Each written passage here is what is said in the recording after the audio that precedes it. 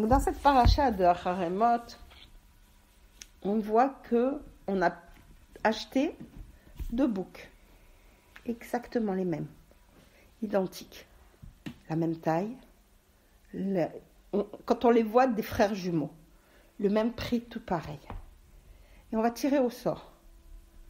Un pour Hachem, un pour Azazel. Quand on voit ça, si le bouc il a un peu de connaissance, de compréhension de ce qui se passe, celui qui tirait au sort pour Hachem, qu'est-ce qu'on fait de lui? Directement on le prend, on le met sur le misbéach, sur l'autel, et on fait tout le processus du sacrifice. Et l'autre, on le prend et on va le promener. Celui qui sort se promener, il se dit « Ouf, je l'ai échappé belle ». Ce qu'il ne sait pas, c'est qu'on va le faire monter au-dessus de la montagne et qu'on va le balancer, il va être fracassé. C'est dur comme mort.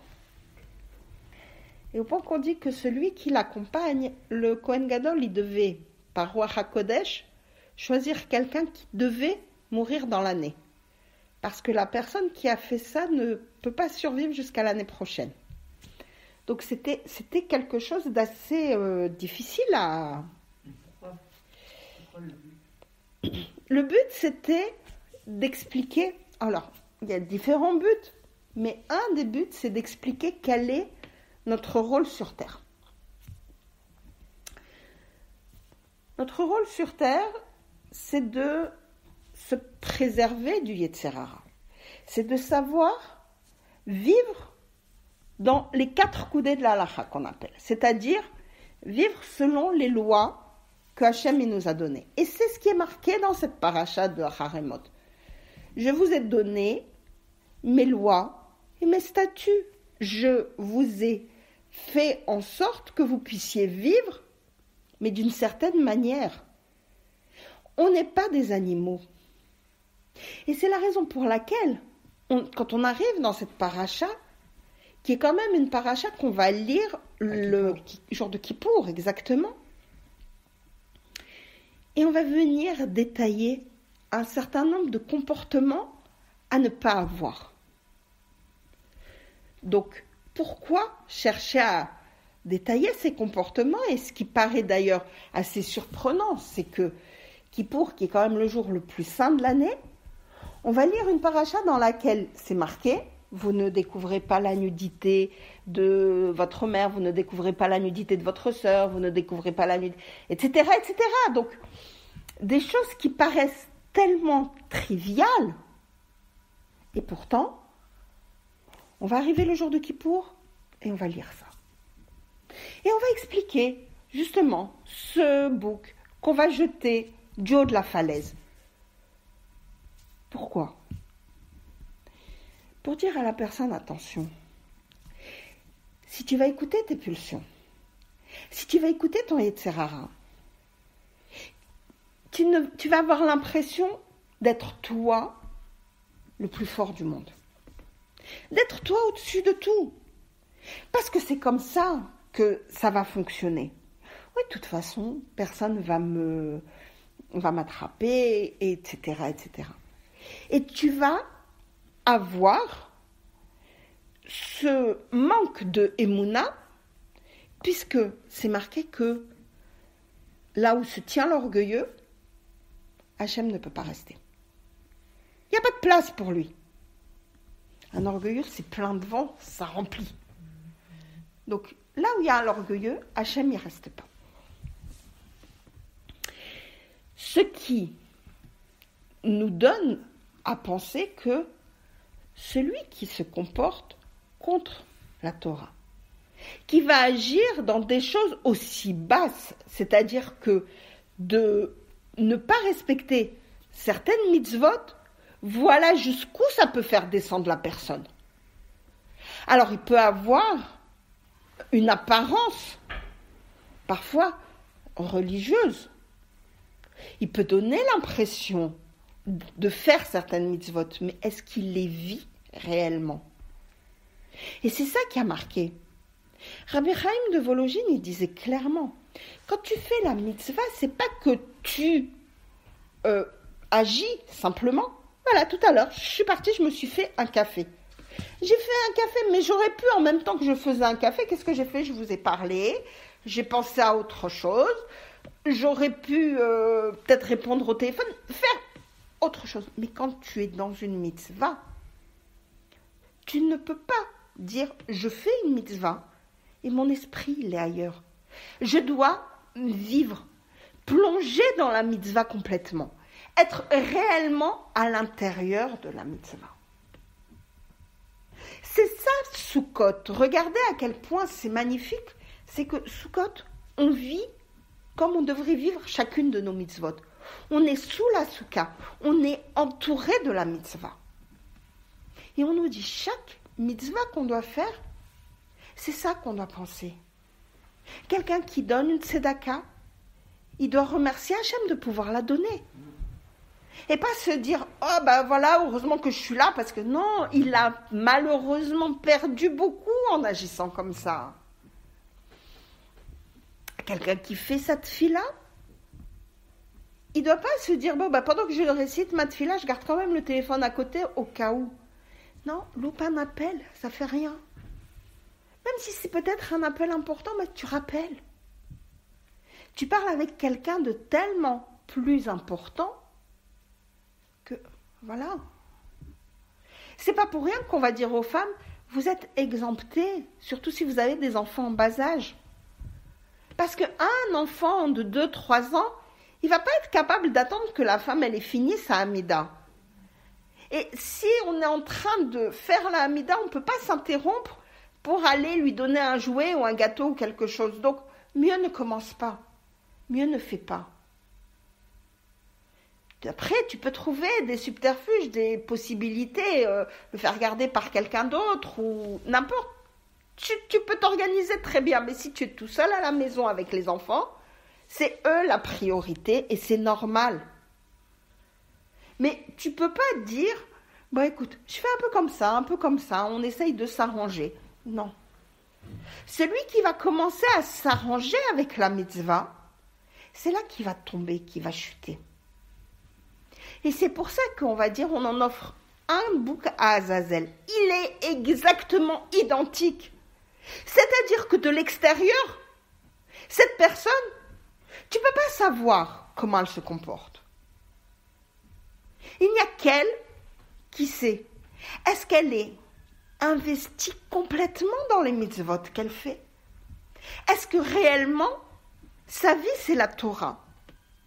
Ou est-ce que c'est quelqu'un qui donne une image et qui, intérieurement, a une vie un peu différente?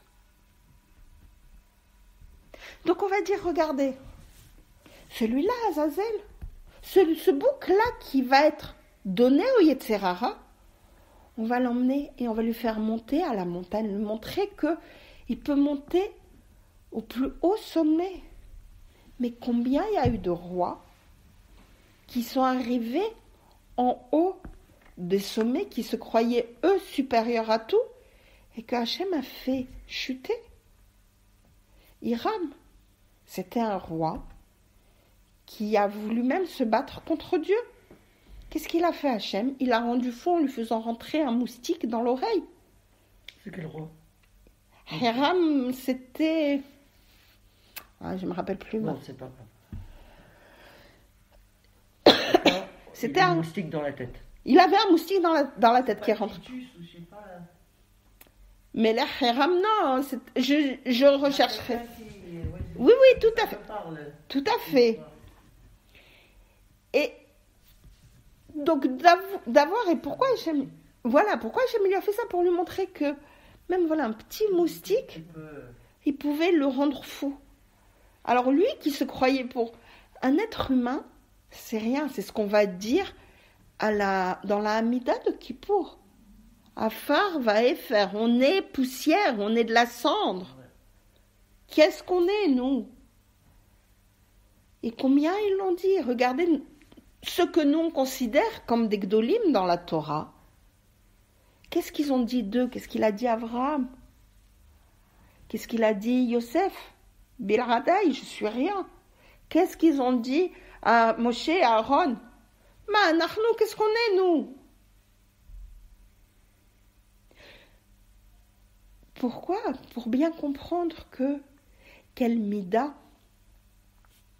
est la mida la plus importante pour pouvoir justement être empli de mitzvot comme ça, être à l'intérieur de la mitzvah, c'est la mida d'humilité, de hanava.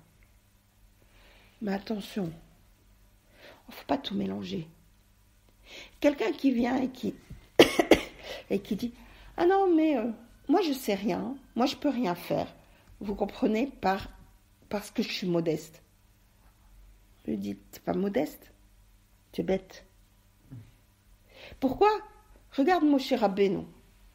600 000 personnes il a dirigé, pas une ou deux.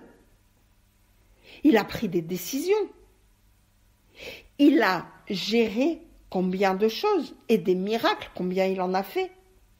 Et qu'est-ce que la Torah va dire de lui? Il n'y a pas d'homme plus humble que Moshe. Ça veut dire quoi? Que la modestie, c'est pas celle qu'on croit. Maintenant, dans les livres laïques, on va dire, tiens, regarde, celui-là, il est modeste, il a tête basse, il a une attitude comme ça. Peu importe.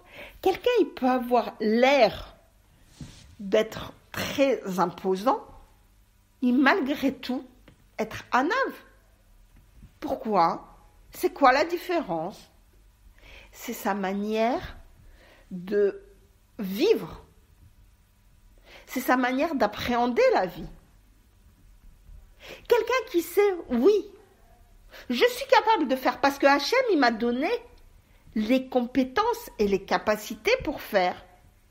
Alors, il est anave. Ah, il va donner l'impression de ne pas l'être, c'est pas grave. C'est pas à nous sur terre de juger. Alors que quelqu'un qui va se mettre de côté, peut-être que, au contraire, c'est juste par paresse. Donc ça va être le Yetzer Hara qui va le pousser à dire non, ne fais rien, mais s'il y en a d'autres qui vont faire à ta place. Vous savez, parfois les enfants, quand on leur dit ranger et qu'on ne donne pas une consigne à chacun, il y en a toujours un qui va se faufiler pour éviter de faire. C'est connu, Baruch Hashem. Ça fait partie de leur manière d'être et à nous d'être derrière pour corriger si besoin. Et là, c'est pareil. Il y a des gens qui ont toujours cette impression que c'est pas grave, il y a des autres pour faire. Il y a des autres pour faire, finalement, qui va leur donner cette idée qu'il y a des autres pour faire? Ça va être le Yetzer Hara. Et c'est pour ça que je vous dis, on prend deux animaux identiques pour dire, sache qu'au départ, on a tous les mêmes chances. Pourtant, c'est marqué qu'au moment de la conception, le fœtus, l'embryon, en plus moi qui travaille là-dedans, je devrais faire attention, on prend l'embryon, on va le monter devant Hachem, et Hachem il va décider, on va poser la question, est-ce qu'il va être riche ou pauvre? Est-ce qu'il va être grand ou petit? Est-ce qu'il va être intelligent ou bête? En bonne santé? Toutes les questions, elles vont être posées, et toutes les questions, elles vont être décidées d'avance. Mais il n'y a qu'une question. Est-ce qu'il va être tzaddik ou racha? Ça, c'est à lui de décider. On part d'avance qu'il va être tzaddik. Mais après, à lui de savoir est-ce qu'il va être happé par le Yetzer Hara ou pas. C'est toute la difficulté. Et c'est pour ça que chaque année, avant Kippour, on va amener deux animaux identiques pour dire on a tous la même chance, on est tous égaux devant cette difficulté du Yetzer Hara. Ce n'est qu'une question de choix.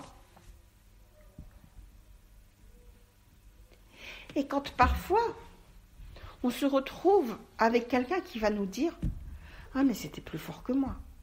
Ah, je me suis mis en colère parce que là, c'était comme ça. » Ou alors, ça sentait trop bon devant le McDo, donc je ne pouvais pas ne pas rentrer.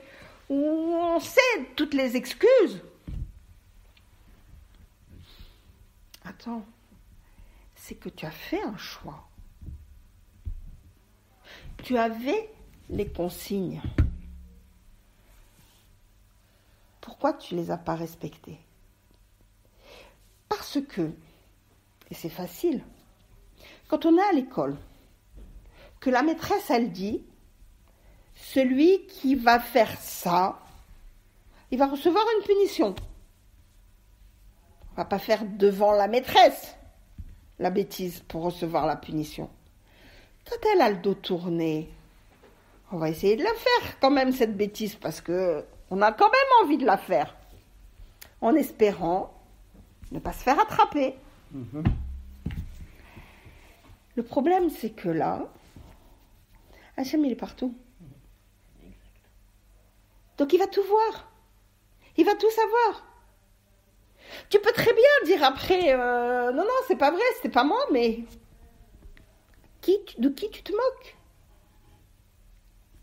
Et c'est pour ça qu'on vient et on dit, attends, voilà, et voilà ce qui se passe clairement.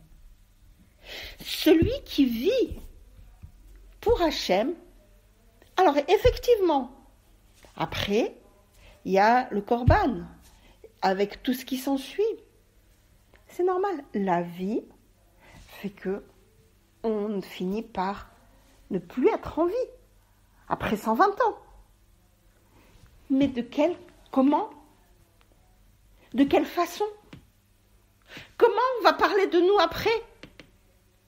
Regardez le visage que vous avez fait quand je vous ai dit de quelle manière le bouc qui était destiné à Azazel devait être tué. C'est une mort violente, c'est difficile. On n'a pas forcément envie d'en parler. On n'avait pas prévu de parler de Pirkei Avot, mais c'est pas grave, on va en dire quelques mots, comme on a recommencé à les lire.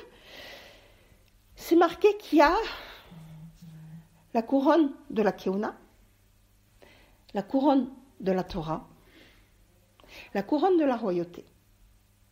Et il y a une autre couronne qui est au-dessus de tout. C'est la couronne de la bonne renommée. Pourquoi elle est au-dessus de tout? Torah, il faut étudier la Torah. Il faut forcément être un ben Torah pour pouvoir revendiquer d'avoir une couronne de la Torah. Royauté, la question ne se pose pas.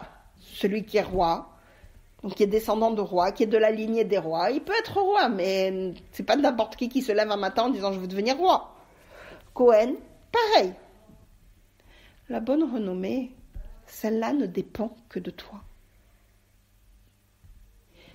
Quelqu'un, il peut se revendiquer d'être le fils ou le petit-fils ou l'arrière-petit-fils de tel rabbin, de telle personne, de telle personnalité. Mais lui, qui il est? Dans la Torah, il y a marqué que parfois, du vinaigre, il peut sortir du vin.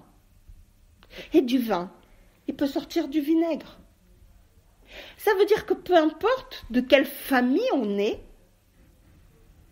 notre renommée ne dépend que de nous. Et c'est ça que ces deux boucs vont nous apprendre. Ils sont les deux pareils. Mais quel va être leur destin? Ça ne dépend que d'eux. Alors là, c'est des animaux. Ça va dépendre d'un tirage au sort. Est-ce que c'est justifié ou pas? On ne sait pas, c'est des animaux. Mais à nous de savoir quel chemin on a envie de prendre. De quelle manière, nous, on a envie de vivre. Quelqu'un qui vient et qui me dit « Mais je suis le petit-fils ou je suis la petite-fille de tel rave » et qui ne fait même pas Shabbat Mais tais-toi. Ça fait honte. Tu fais honte à la personne qui n'est plus de ce monde. Un jour, je me rappelle, les enfants étaient encore jeunes, et il y a quelqu'un qui m'a dit, mais je ne comprends pas, pourquoi on dit à tes enfants de faire ça? Moi, mon fils, il est le petit-fils de tel rave, de tel machin. Je dis, écoute, tu gères. Moi, c'est pas moi qui m'occupe. Tu vas voir la personne qui s'occupe et tu leur dis de gérer. Moi, on s'en fiche. S'ils l'ont pas fait aujourd'hui, ils le feront demain et c'est tout. Alors, elle me dit, mais toi, dans ta lignée, j'ai dit, écoute, moi, ma lignée, elle est comme ça. Ah, et pourquoi tu en parles jamais? J'ai dit, pourquoi faire? Quel intérêt? Tu vas me respecter parce que j'avais un arrière-grand-père comme ça? Ça m'intéresse pas, va respecter mon arrière-grand-père directement. Pas moi. Et si moi j'agis mal, je vais lui faire honte à lui? Ça m'intéresse pas.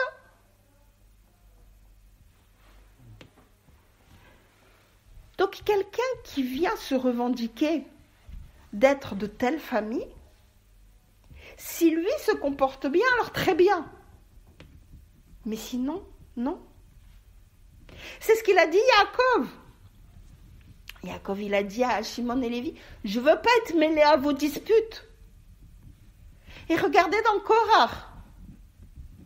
C'est marqué que la lignée de Korach, jusqu'à qui? Jusqu'à Lévi. Et après, on s'arrête là. Mais on n'est pas bête, on sait que Lévi, c'est le fils de Yaakov. On est capable d'aller... Mais lui, il n'est pas noté. Par contre, les fils de Korach, qui sont devenus des chanteurs dans le Beth Amikdash, qui ont fait des choses positives, alors eux, quand on va remonter leur lignée, on va remonter jusqu'à Yaakov. Tu fais quelque chose de bien qui peut apporter du respect, de la tranquillité d'esprit aux personnes qui sont parties, alors signale-le. Si tant que tu n'es pas sûr de toi, tais-toi. Et c'est ça qui vient nous apporter cette information. Il vient nous dire, sache que ton chemin, jusqu'à la dernière minute,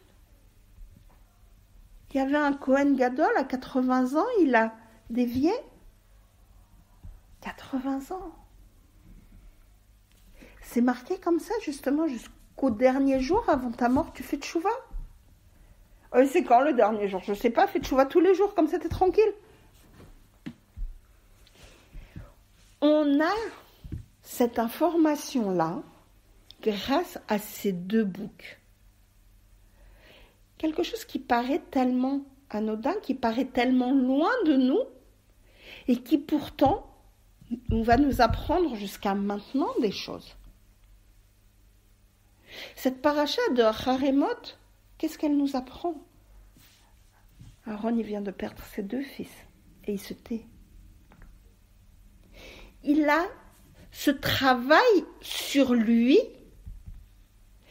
à un niveau tel que c'est quasiment impossible de gérer. Et pourtant, on nous dit, oui, tu as des émotions. Oui, tu as des sensations. Mais tu es un homme. Un être humain, c'est quoi? Regardez, un être humain, il est debout. Il y a le foie. Au-dessus du foie, il y a le cœur. Au-dessus du cœur, il y a le cerveau.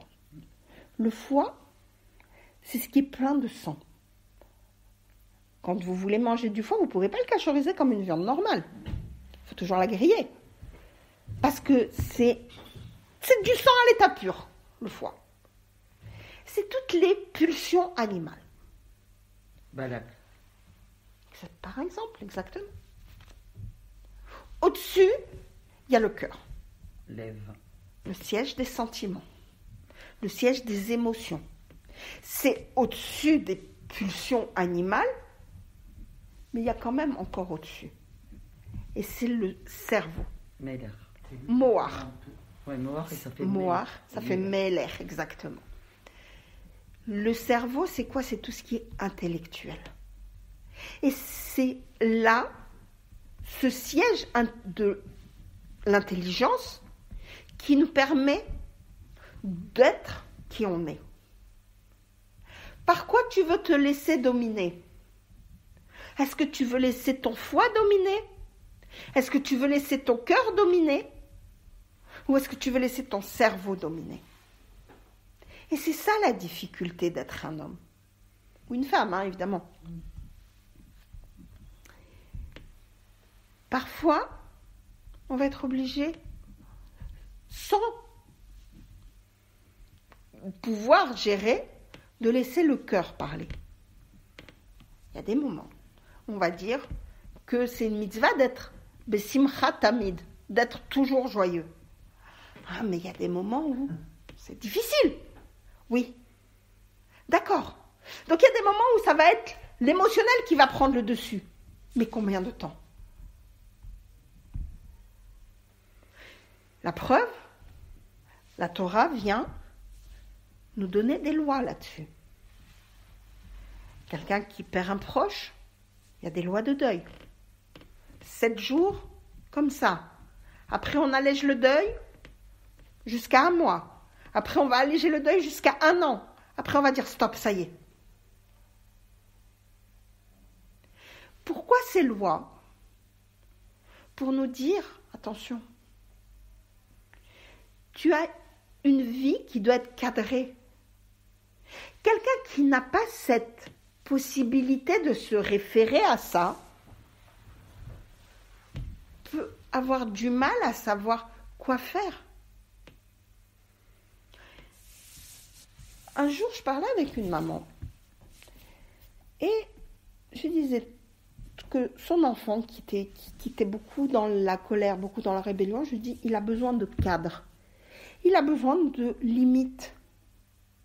Il dit mais pas du tout, dès que je lui interdis je dis non, dès que tu lui interdis quelque chose, il va se rebeller, mais continue, parce qu'à force, ça va lui faire du bien. Pourquoi? Parce que l'être humain, il est comme ça. Il a besoin de savoir où il va. Regardez la première fois que vous faites un trajet. Vous allez d'un endroit à un autre. Vous ne savez pas la longueur du chemin. Ça vous paraît long. Mais quand vous connaissez le temps que vous mettez pour arriver à cet endroit, après, ça y est, vous l'avez intégré. Le fait d'avoir ces limites, vous savez jusqu'où vous allez, vous êtes rassuré.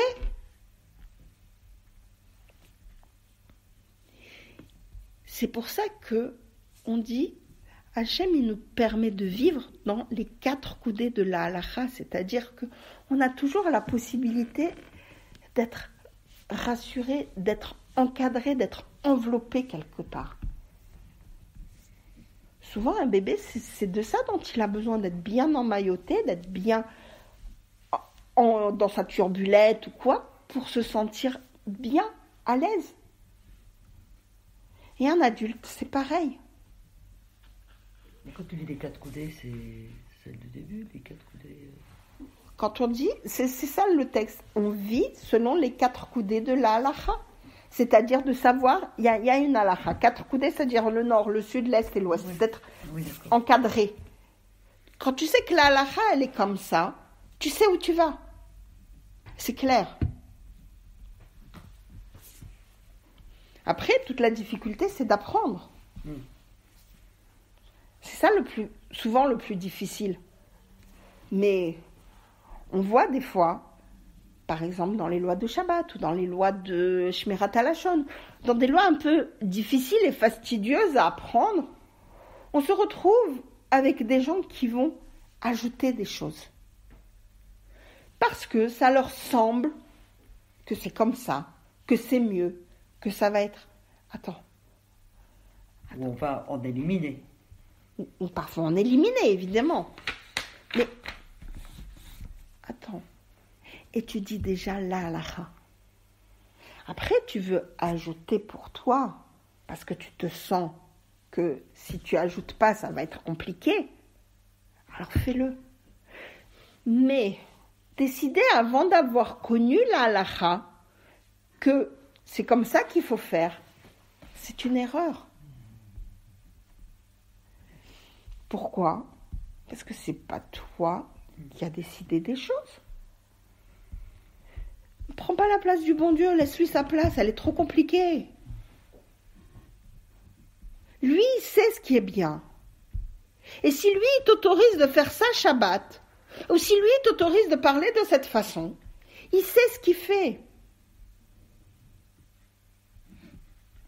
Alors commence déjà par connaître.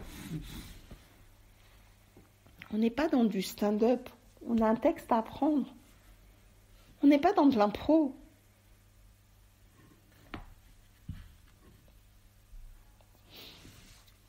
Donc, c'est pour ça que cette paracha, elle est lue à Kippour.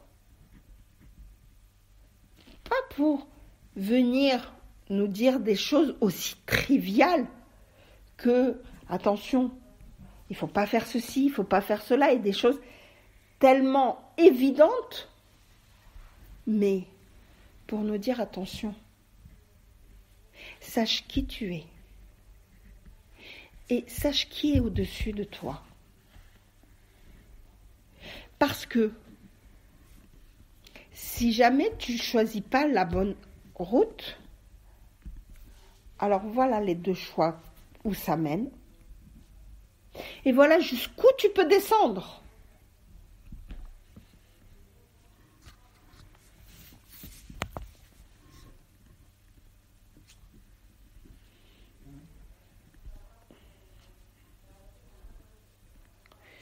Donc, on comprend mieux pourquoi on va choisir ce passage plutôt qu'un autre. Parce qu'on aurait pu, il y a tellement dans la Torah de passages où on va expliquer les corbanotes, où on va expliquer un certain nombre de choses.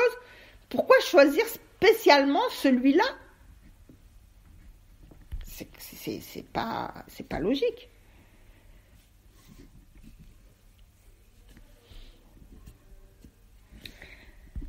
Cette paracha, elle a été choisie à Kippour. Tout à fait. Qui est la base, en fait, tout à fait. De la façon dont on doit se comporter. Exactement. Ok. D'où le repentir à Kippour. Mais évidemment. Mm-hmm. Évidemment. Et c'est pour ça que je te dis, le repentir ne peut arriver que tant qu'on a envie, évidemment. Ah oui. Voilà. Tu peux pas faire, tu es obligé pour faire tchouva d'être encore de ce monde et de faire les bons choix. Mais pour faire le bon choix, il faut que tu aies tous les éléments en main. Pour avoir tous les éléments en main, étudie. Quelqu'un, il veut faire une mitzvah. S'il l'a pas étudiée avant, comment il va la faire ? Il est obligé. Sinon, forcément, il va se tromper. Mais quelqu'un qui veut démarrer, comment il fait ? Ah bah, il démarre, il apprend. Ouais, mais c'est pas facile, je comprends sa question. Je comprends. Non, quand je te dis quelqu'un qui veut démarrer, il apprend, c'est-à-dire que au début, bien sûr qu'il va faire des erreurs, on est conscient. Mais avec des livres simples. Mais c'est pas grave qu'il fasse des erreurs au début. Livres, il faut... Il y a des livres. D'abord, il y a des livres. Ensuite, moi, je conseille jamais d'apprendre que dans des livres quand on veut démarrer. De toujours avoir quelqu'un qui est à côté qui explique. D'accord. Parce que très souvent, si on veut démarrer que avec les livres, on va se retrouver avec certaines questions. On va se retrouver avec des situations qui ne sont pas forcément prévues par le livre. Et donc, on va être un petit peu perdu. Oui, mais on peut lire des livres simples, après, si on se pose des questions... C'est ce que je te dis, oui, tout à fait. C'est pour ça que je te dis être accompagné, mais c'est pour ça qu'il faut les deux. Voilà, un jour, il y avait un rav dont je tairai le nom, qui avait expliqué dans son cours qu'il fallait porter les téphilines tous les jours. Le problème, c'est que la personne, qui était évidemment très simple, qui démarrait, qui a entendu ça, qui dit « Génial, je vais faire cette mitzvah tous les jours. » Le problème, c'est qu'elle a porté les téphilines, même le jour de Kippour. Alors qu'il ne fallait pas. Et heureusement, quand elle a vu que personne ne les portait, elle a posé la question, c'est comme ça qu'elle a su qu'il ne fallait pas. Donc, c'est pour ça que je dis apprendre avec quelqu'un, assister à des cours, mais ne pas jamais hésiter à poser des questions. Voilà, c'est ça. Si on n'a pas envie de les poser en public, alors prendre quelqu'un en aparté et lui poser la question, parce que c'est comme ça qu'on peut apprendre. Elle peut aussi commencer par des livres sur la paracha, mais c'est ce que je dis, voilà, très simple. Il y a même un Shulchan Aruch qui peut être très simple, aussi. Voilà, mais il ne faut pas que ce soit la difficulté du Shulchan Aruch, c'est que parfois ça peut paraître un peu difficile, parce que c'est ardu. J'en ai un, mais il est très compliqué. Il est compliqué. Et c'est pour ça que je dis parfois, il faut essayer d'avancer doucement, de choisir parfois une mitzvah et de dire, bon, je m'y astreins jusqu'à ce que je l'ai comprise à fond, jusqu'à ce que je sois capable de la gérer. Et après, je passe à autre chose. Et après, je passe à autre chose. C'est toute la difficulté, en fait, de notre Torah, c'est qu'il y a beaucoup de choses. Et que parfois, quelqu'un qui est habitué ne se rend plus compte des efforts qu'il y a à fournir. Je ne sais pas, ça ne nous viendrait même pas à l'idée de se dire d'aller acheter de la viande ailleurs que dans un truc cachère, ou après avoir mangé de la viande, de pas prendre de lait, de fromage. Avant 6 heures. Voilà, donc nous, j'ai envie de dire que c'est quelque chose auquel on ne pense même plus. Mais va demander ça à une personne qui ne connaît pas. Prends n'importe quel goy dans la rue et tu lui dis, tu sais, après la viande, il ne faut pas manger de fromage pendant 6 heures. De quoi tu parles? Et lui, il prend le fromage. En même temps, il le mange, c'est ça. Donc, non, le juif, il va te poser la question, pourquoi attendre 6 heures Évidemment. Mais c'est-à-dire que, et je comprends la question. Donc après, il y a des réponses éventuelles, mais quand je te dis, c'est-à-dire que c'est des questions auxquelles nous, qui vivons là-dedans, n'allons même pas penser. C'est quelque chose qui fait partie de... C'est comme respirer, c'est comme se laver, c'est comme... voilà, ça fait partie de notre mode de vie. Donc c'est pour ça que c'est vrai que, comme je te disais, oui, et ne pas avoir honte. On dit, le timide, il n'apprend pas. Il faut poser les questions. Et c'est pour ça que très souvent, il y a des gens qui commencent leurs questions par... Ça va peut-être être une question... Non, il n'y a pas de questions bêtes. Surtout pas de questions bêtes. Ne croyez pas que c'est des questions bêtes. Au contraire. Parce que ça va être nécessaire pour l'évolution de la personne. Et très souvent, c'est ce que je leur dis. Vous êtes expert dans un domaine. Moi, je ne suis pas experte dans mon domaine, mais j'en connais plus que vous. Donc déjà, ce que je connais, je vous le donne. Après, le reste, allez le chercher ailleurs. Mais c'est sûr qu'il faut démarrer quelque part. Après, quand on démarre par des livres accessibles, quand on les a bien compris, qu'on a posé les questions, après on peut continuer sur des livres, je parle de la paracha. Bien sûr, de la paracha, même des livres pour enfants, très souvent. Voilà, et sur des livres un peu plus difficiles. Bien sûr. Parce qu'il y a d'autres données, d'autres explications. Tout à fait. Et c'est vrai qu'il y a un certain nombre de livres. Et très souvent, moi, j'ai trouvé des informations pour aider des gens dans les livres pour enfants. Parce qu'ils arrivent, ils expliquent certaines choses. Par exemple, ne pas mélanger le lait et la viande. Par exemple, la cache-route, etc. Là, je pensais juste à ça, le lait et la viande. Voilà. Donc, on arrive à... Et après, c'est la volonté de la personne. Beaucoup. Il y avait un raf qui m'avait sorti pour le lait et la viande. On ne mélange pas le sang et la vie. La vie et la mort. La vie et la mort. Ça peut être... Oh, c'était simpliste. C'était... Voilà, tout à fait. Non, la bête, la mère et l'enfant. Tout à fait. C'est ce qui a marqué. L'autre va chez le Guédi, Bahalev et Mo. Cuire le veau dans le lait de sa mère. Voilà. Bon, ça, c'était l'explication de base, mais qui n'est pas du tout évidente à comprendre. Le lait et la viande, c'est un roc. C'est ce qu'on appelle quelque chose d'incompréhensible. Incompréhensible, ça fait partie des chokim. des hokim, c'est comme le shatnez, le mélange de lin et de laine. Bon, on nous parle de Caïn et de Caïn et Abel. Mais ça, c'est le simpliste aussi. C'est-à-dire qu'on cherche à trouver des justifications, des prétextes, entre guillemets, mais la halakha réelle, on ne l'a pas. Pourquoi je vous dis ça? Parce que regardez les vêtements du Kohen Gadol, ils étaient en shatnez. Donc. Mais alors pourquoi c'est interdit? Voilà ta question. C'est un roc. C'est un roc. C'est des lois qui nous sont assez incompréhensibles. Voilà. Le lait et la viande, effectivement, c'est interdit. Et pourtant, on a le droit de manger. Le poulet et le lait. C'était pas alors, ça? Le poulet et le lait, les chachamim, ils ont interdit. Oui, mais à l'époque. C'était permis. Mais on dit, par exemple, tu veux goûter la mamelle de vache. J'en ai jamais mangé, hein. Mais la mamelle de vache, elle a le goût de mélanger lait et viande, puisque la mamelle, elle baigne dans le lait. Ouais. Et pourtant, tu as le droit de la prendre et de la manger. Ouais. Donc, il y a des choses qui, elles sont, entre guillemets, autorisées. Parce que Hachem, il a dit, voilà, ça, tu le fais comme ça. Et pour nous montrer que c'est un roc, que c'est une loi incompréhensible, il va nous dire dans ce cas, c'est permis. Le Kohen Gadol, lui, son vêtement, il doit être comme ça.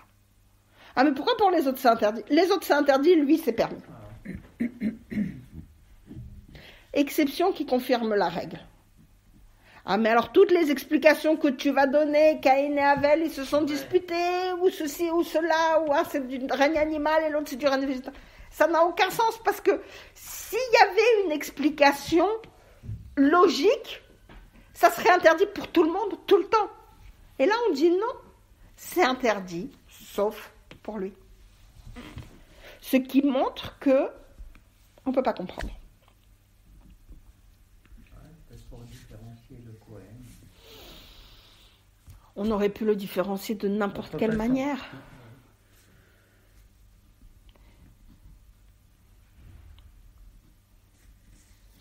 Et le poisson et le lait? Le poisson et le lait, il y en a qui ne mangent pas, mais c'est une coutume. Sinon, il n'y a aucun problème. Ben oui. C'est pas sourd. Oui, parce que le poisson, c'est pas de la viande, de toute façon. Oh, on peut la considérer comme viande. On peut, t'as raison. Ça reste une protéine, mais le poisson, il a un statut particulier. La preuve, c'est que le poisson, on va pas leur faire la shrita. Mm-hmm.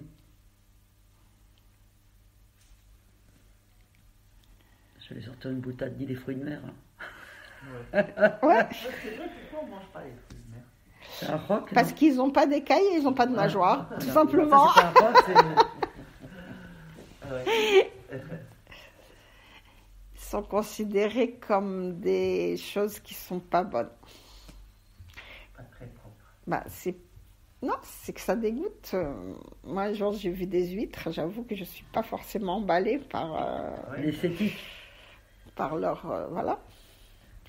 Bon, après, c'est pas grave, hein. C'est des animaux qui existent. Escargot, pareil. Escargot. Mais attention, on ne doit pas dire qu'on ne les mange pas parce que ça nous dégoûte. On doit dire qu'on ne les mange pas... Parce que c'est interdit. Parce que c'est interdit. Si c'était permis, au contraire, on pourrait les manger sans problème. Ah bon. Donc interdit, donc se rapprocher d'Hachem. Donc faire la mitzvah de ne pas les manger. C'est ça. Mais ça, je suis d'accord. J'ai vu des gens les manger. Non, mais ça, je suis d'accord avec toi. Mais bon, c'est marqué comme ça que on doit pas être dégoûté d'une création d'Hachem. Exact. Ah oui, d'accord. Les crevettes, ça va, ça passe. C'est vrai que Bon, écoute. il y a des choses, même si c'était permis, je pourrais pas. Après, on ne sait pas comment on aurait vécu, hein. Ouais.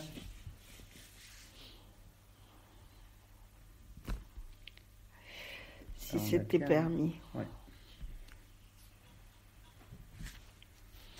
Avant le déluge. Les sauterelles sont autorisées. C'est ça qui est incroyable. Alors, certaines sauterelles Voilà, certaines sauterelles sont autorisées seulement pour les familles qui en ont mangé pendant la famine. Ouais. C'est-à-dire que quelqu'un qui décide maintenant et que sa famille n'a jamais eu de problème de famine et qui n'en a jamais mangé dans sa famille, n'a pas le droit d'en manger. Au Maroc, ils ont mangé. C'est ce que je te dis. Voilà. C'est ça, c'était leur. C'est comme chez nous le pigeon en Égypte. Ils mangeaient beaucoup le pigeon. Je vois mal manger un pigeon là.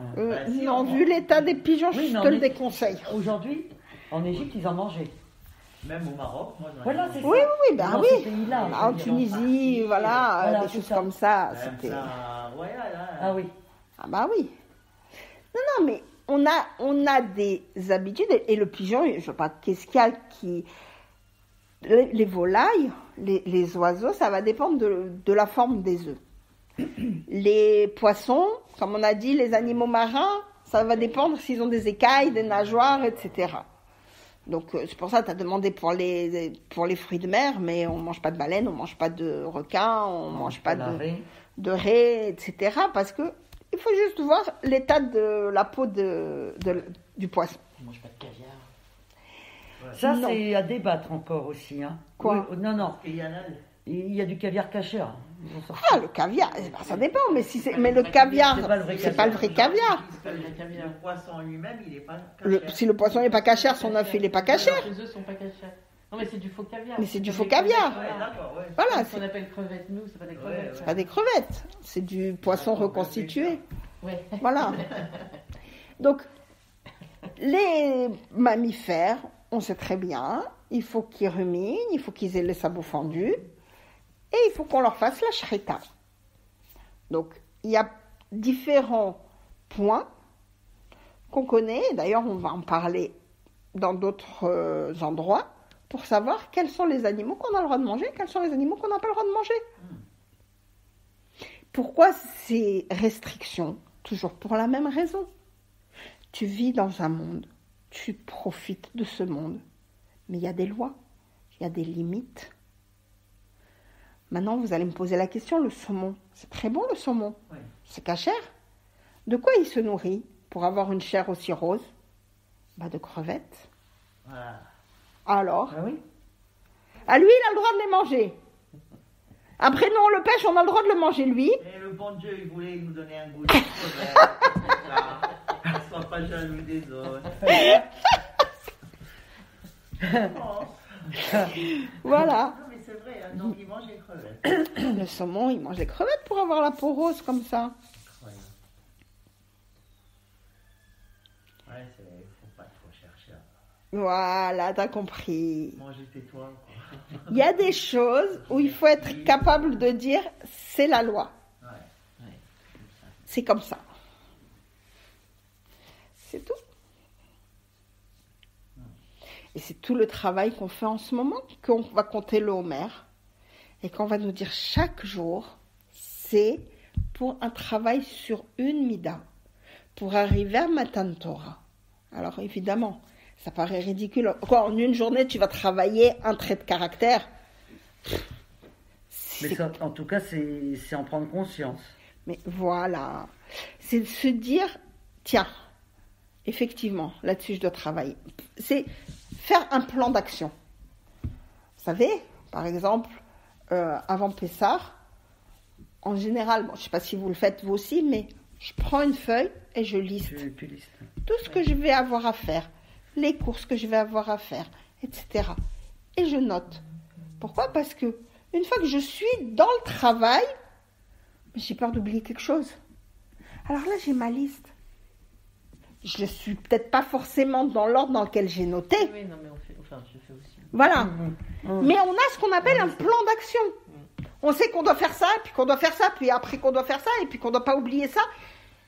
Et très souvent, on essaye de noter les choses qui nous paraissent les plus anodines parce que c'est celles qu'on va oublier le plus facilement. Pensez à vider les poches des manteaux parce que ça, c'est tellement pas, entre guillemets, important que ça va être très facile à oublier. Et là, c'est pareil. On va nous donner un plan d'action. Alors, le plan d'action, il est réservé quand même qu'aux hommes, puisque c'est l'homme qui a le droit de compter. Alors, compter le Homer, c'est une chose, mais c'est pas que à eux qui est réservé. Nous, on peut compter sans bracha déjà. Ouais. On a le droit de compter sans bracha. Deuxièmement, l'attente de Matan Torah, mais nous aussi on y a droit. C'est pas parce qu'on n'a pas dit Yom Echad, Yom Sheni, etc., qu'on n'a pas conscience de ce Homer qui existe et de cette période qui existe pendant laquelle on doit mettre en place ce plan d'action. Mm-hmm. C'est pas parce que tu fais pas, tu dis pas les mots, tu fais pas la bracha que tu es exempté forcément de tout. Donc on peut dire, on est dans le 10e jour, donc Par exemple, ce 10e jour, je vais essayer de travailler telle ou telle chose. Voilà. Ou tu peux prendre conscience que tu as des difficultés dans tel domaine, la colère, la parole, je ne sais, moi, peu importe, et travailler. Moi, j'ai une amie qui nous envoie régulièrement, tel jour, on va essayer de travailler là-dessus, tel jour, on va essayer de travailler là-dessus. Et un petit texte pour nous réveiller sur tel mida, tel trait de caractère. C'est intéressant, parce que même si je ne vais pas chaque soir prendre mon livre et réciter la bracha et compter le Homer, parce que c'est pas ma mitzvah, parce que j'ai assez de mes mitzvot à moi, et que ça, il y a des hommes pour le faire, je leur laisse. Mais j'ai conscience que entre Pessah et Shavuot, j'ai un cheminement à faire. Et c'est pas pour rien que au début du Homer, pendant Pessah, c'est quoi le mot Homer? C'est une mesure. Une mesure de quoi? Une mesure d'orge. Alors, maintenant c'est à la mode de manger de l'orge, mais à l'époque, c'était les animaux à qui on donnait cette céréale. Et on arrive le jour de Shavuot, qu'est-ce qu'on va apporter? 2 pains fabriqués avec du blé. C'est-à-dire que ce cheminement-là pour passer d'un état où on était presque à l'état animal, on vient de sortir d'Égypte, au 49e degré d'impureté. Donc à un niveau spirituel, à un niveau moral des plus bas. En Égypte, ils avaient un niveau moral totalement inexistant.